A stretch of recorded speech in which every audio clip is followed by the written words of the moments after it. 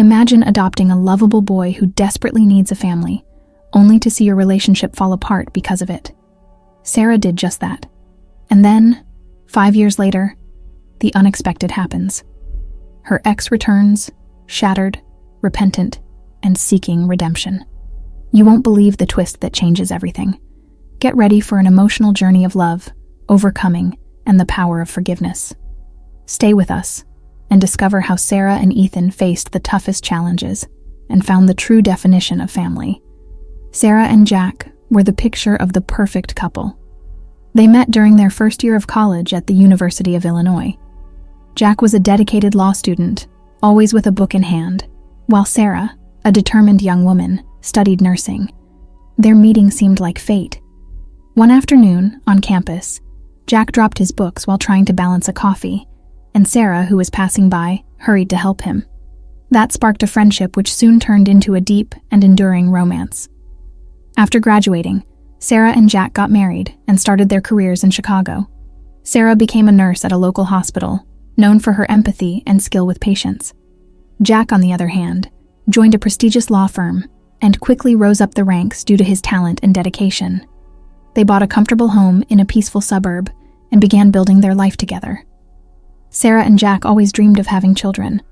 After a few years of marriage, they began trying, but after several unsuccessful attempts, they discovered they could not have biological children.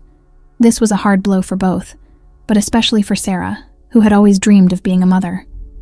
"Jack, I know we always dreamed of having our own kids, but maybe it's time to consider adoption," Sarah said, her eyes filled with hope. Jack hesitated. He had always imagined having biological children, but knew Sarah was suffering. I don't know, Sarah. Are we ready for this?" Sarah took Jack's hand and looked into his eyes. "I believe we are. There are so many children in need of a home.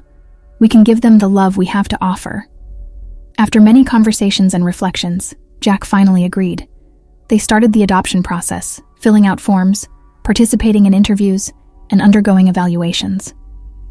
The process was exhausting, but Sarah was determined. One day, they received a phone call from the local orphanage. There was a 5-year-old boy named Ethan who might be a good match for them.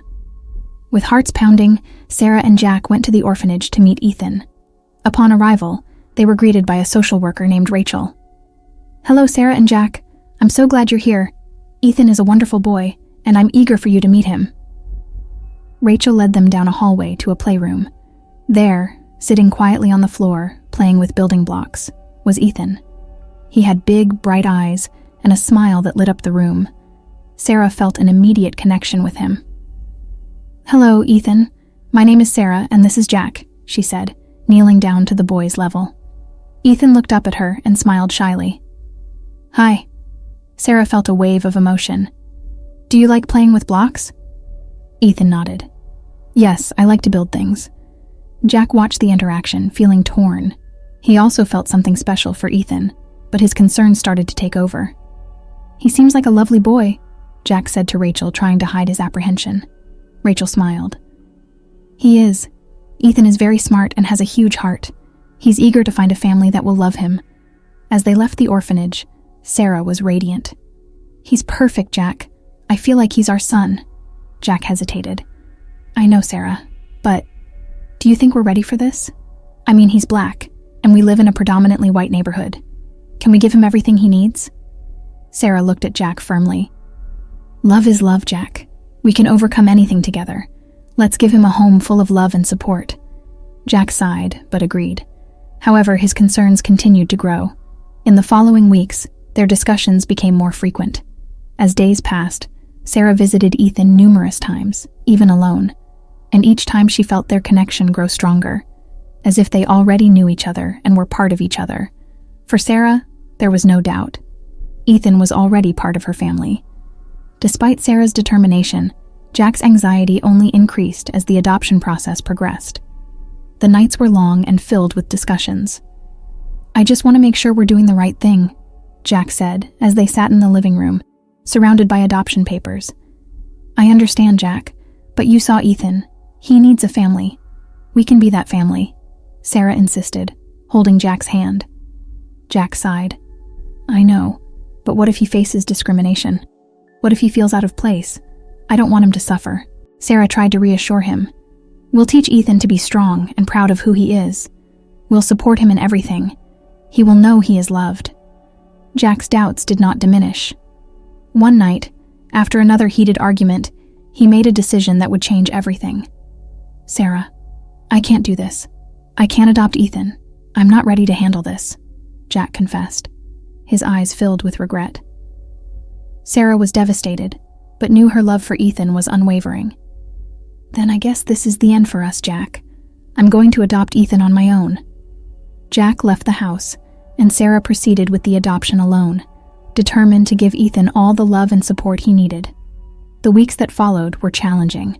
Sarah had to deal with the pain of the end of the relationship and the responsibility of being a single mother. Are you sure you want to do this alone? Rachel asked when Sarah came to pick up Ethan. I am, Rachel. Ethan needs a family, and I am that family. I will give him everything he needs, Sarah responded, determined. Ethan quickly adapted to his new home. He had his own room, decorated with his favorite cartoon characters, and Sarah made sure to spend as much time as possible with him. Ethan, do you like your new room? Sarah asked as she adjusted his bed. Ethan smiled. Yes, it's beautiful. Thank you, Mommy. Sarah's heart swelled with joy. She knew she had made the right choice. Months after the separation, Sarah found solace and strength in her role as a mother. A year later, she re-encountered Michael, a former work colleague, who also harbored a secret love for her. Michael was a kind and understanding man, with a warm smile and endless patience. They bumped into each other by chance at a local cafe. Sarah, it's been so long. How are you? Michael asked, surprised to see her. Hi, Michael. I'm good, thank you. Very busy with my son, Sarah replied with a smile. Michael was curious. Son? You adopted? Yes, his name is Ethan. He's a wonderful boy. I feel so happy and fulfilled, Sarah said proudly. Michael was delighted to hear about Ethan. I'd love to meet him someday. Sarah and Michael began spending more time together, and he quickly became involved in Sarah and Ethan's lives. He was patient and loving, and quickly became a father figure to Ethan. Michael, do you like to build things? Ethan asked, his eyes sparkling with curiosity. Yes, Ethan. How about we build a castle out of blocks together? Michael suggested, smiling. Yes, let's do that, Ethan replied, excited. As Ethan and Michael played together, Sarah watched, feeling a wave of gratitude. She knew Michael was a blessing in their lives. Over time, Sarah and Michael fell in love. They became a formidable team, raising Ethan in an environment of love and support. Michael proposed to Sarah in a simple yet meaningful way. Sarah, you are the most incredible woman I've ever met. I love you and Ethan more than anything. Will you marry me? Asked Michael, holding a small box with a ring. Sarah, moved, said, Yes, Michael. I want to spend the rest of my life with you. They got married in an intimate ceremony, surrounded by close friends and family. The new family was complete, and Sarah felt that she had finally found happiness.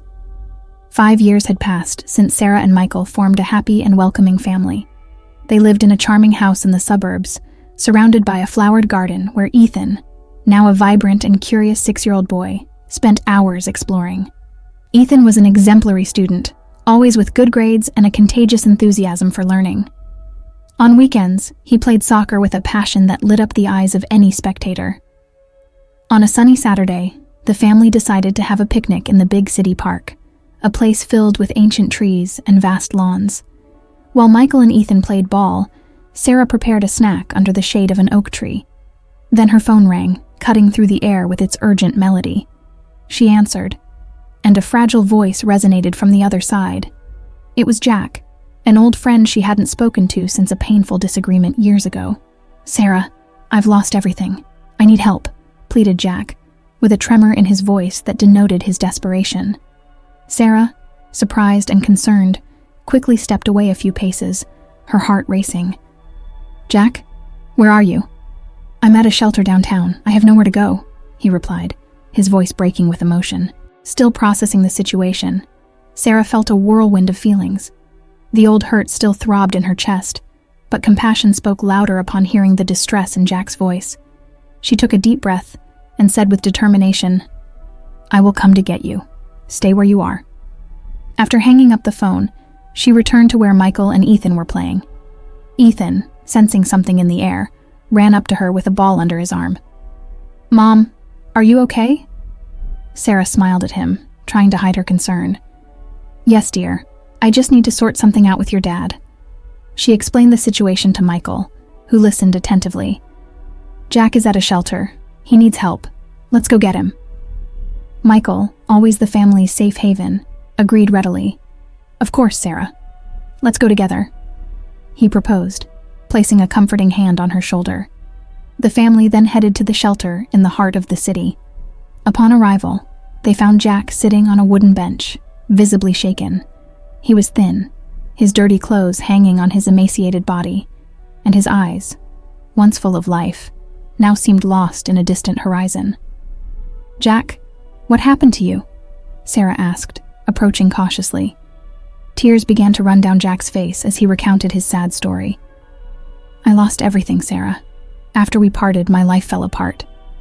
I made bad choices, lost my job, and ended up here. I know I messed up. Please, help me." Looking at Michael, who nodded with understanding, Sarah made a decision. "You can stay with us until you recover, Jack, but understand that a lot has changed." Jack, relieved and deeply grateful, stammered a heartfelt thank you, while Sarah and Michael helped him to stand, ready to start a new chapter together, filled with challenges, but also hope. Back home over the days, the changes were already visible. Jack made conscious efforts to insert himself into Ethan's life, something that not only helped rebuild his own identity, but also strengthened his bonds with the boy. One afternoon, while Ethan was bent over his math books, Jack approached with a hesitant kindness. "Ethan, can I help you with your homework?" he offered, his tone carefully neutral. Ethan, with his tousled hair and curious eyes, sized up Jack for a moment before nodding affirmatively. "Sure. Can you help me with math?" Jack, encouraged by Ethan's receptiveness, smiled broadly. "Absolutely. Let's do it."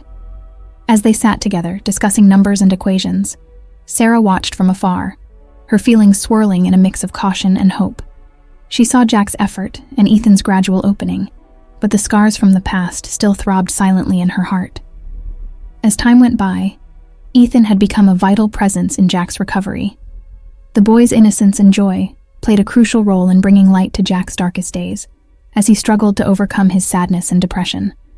Since his arrival at the family's home, Jack watched Ethan with admiration and a glimmer of hope, getting involved in simple activities like drawing, playing ball, or studying. The boy had a special way of seeing the world, always curious and full of questions, and his inexhaustible energy was contagious. One afternoon, while Jack found himself particularly downcast, sitting alone on the living room couch, Ethan approached with a board game under his arm. "Jack, do you want to play with me?" Ethan asked, his gaze full of expectation. Jack, initially hesitant, could not resist the boy's sincere smile and agreed. As they played, Ethan talked about his school, friends, and daily little adventures. Jack found himself laughing at the funny stories Ethan told, feeling a warmth spread through his heart, something he hadn't felt in a long time. The boy, with his unique perspective, helped Jack see beyond his current circumstances. In the months that followed, Ethan often sought Jack's help with tasks like fixing a broken toy or assembling a model airplane. These activities not only kept Jack busy, but also gave him a sense of purpose and accomplishment. Seeing Ethan's face light up with a smile of gratitude was rewarding and strengthened Jack's spirit. Moreover, Ethan frequently shared his thoughts on friendship and forgiveness, common themes in classroom discussions he brought home. These simple yet profound conversations provided Jack with new insights into his own situation and encouraged him to reflect on his mistakes and the process of seeking forgiveness. As Ethan's 11th birthday approached, Jack realized how much the boy had influenced his journey of healing. Ethan, with his genuine joy and uncomplicated approach to life, showed Jack that happiness could be found in the little things, and that each day brought a new opportunity to improve and rejoice. Ethan's presence in Jack's life proved to be a daily reminder that renewal is possible, and that sadness and depression are not perpetual. Through his interaction with Ethan, Jack found the strength to smile again and look to the future with new hope. One evening, after dinner, while Ethan was playing in the garden, Jack called Sarah and Michael for a serious conversation in the living room. With a voice firmer than in recent months, but still laden with humility, he began. I realize now how much I was mistaken. I was afraid of facing something I didn't understand. You showed me what true love is and what it means to be a family. I know I can't turn back time, but I'm here to support and be a positive figure in Ethan's life, if you'll allow me. Sarah looked to Michael, seeking a sign of what he thought. Michael, with his usual understanding smile, responded to Jack. Jack, you're welcome here. We all make mistakes. What's important is how we get up after them. Jack, relieved and moved, nodded, feeling the weight of Michael's words. The conversation that night marked a new beginning for all of them, a step forward on the long road of forgiveness and reconciliation. In the following months, Jack dove into a process of self-transformation. The small law firm where he started working proved to be a welcoming and motivating environment, allowing him to rebuild his career and self-esteem. Additionally, the support group became an essential space for him to share his struggles and victories, helping him navigate the turbulent waters of his regrets. As time progressed, Jack's life found a new direction, primarily through his relationship with Ethan. He actively engaged in the boys' activities, such as attending his soccer games and school meetings, showing a genuine and ongoing interest in Ethan's well-being and development. One sunny afternoon, after an exciting game in which Ethan scored a decisive goal, Jack approached him with a broad smile and a gleam of pride in his eyes. Ethan, you're playing so well. I'm proud of you, he exclaimed, clapping as he joined the small crowd of parents and friends celebrating. Thank you, Jack. I'm glad you're here, Ethan replied, his smile revealing how meaningful it was for him to have Jack around. In just 6 months, Jack experienced a remarkable recovery, transforming from a man on the brink of despair into someone filled with hope and determination. The speed of his recovery was largely due to the loving environment and the support he found at Sarah and Michael's home, but it was his relationship with Ethan that had a profoundly regenerative impact on his life. During this period, Jack often reflected on how Ethan, with his gentle and open nature, played a crucial role in his journey. The boy helped him see the world with more optimism and appreciate the small joys of everyday life. Ethan taught him, through their daily interactions, that forgiveness was not just a possibility, but a tangible reality. One quiet afternoon, while watching the sunset in the backyard, Jack decided to express his thoughts and gratitude. Ethan, I want you to know how much you've helped me, began Jack, his voice choked with emotion. In my toughest moments, it was your presence that gave me the strength to carry on. You saved my life in ways you might not even understand. Ethan, looking at Jack with a maturity that defied his age, replied simply, Jack, I just wanted you to feel better. You're part of our family. This conversation was a milestone for Jack, solidifying his understanding that his salvation had indeed come through this young member of the family.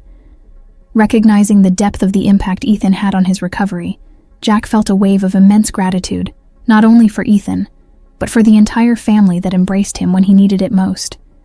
Inspired by this realization, Jack began to participate even more actively in Ethan's life and in the community. He volunteered at school activities and community events, always seeking ways to give back the kindness that was extended to him. Over those 6 months, the Harris home not only witnessed the recovery of a broken man, but also the rebirth of an even more united family. Jack, now more than ever, saw Ethan not just as the boy who helped him overcome his challenges, but as a crucial part of his own story of redemption and renewal. He recognized that Ethan was not just a boy who came to help. He was a pillar of his new life, someone who showed him the true meaning of family and hope.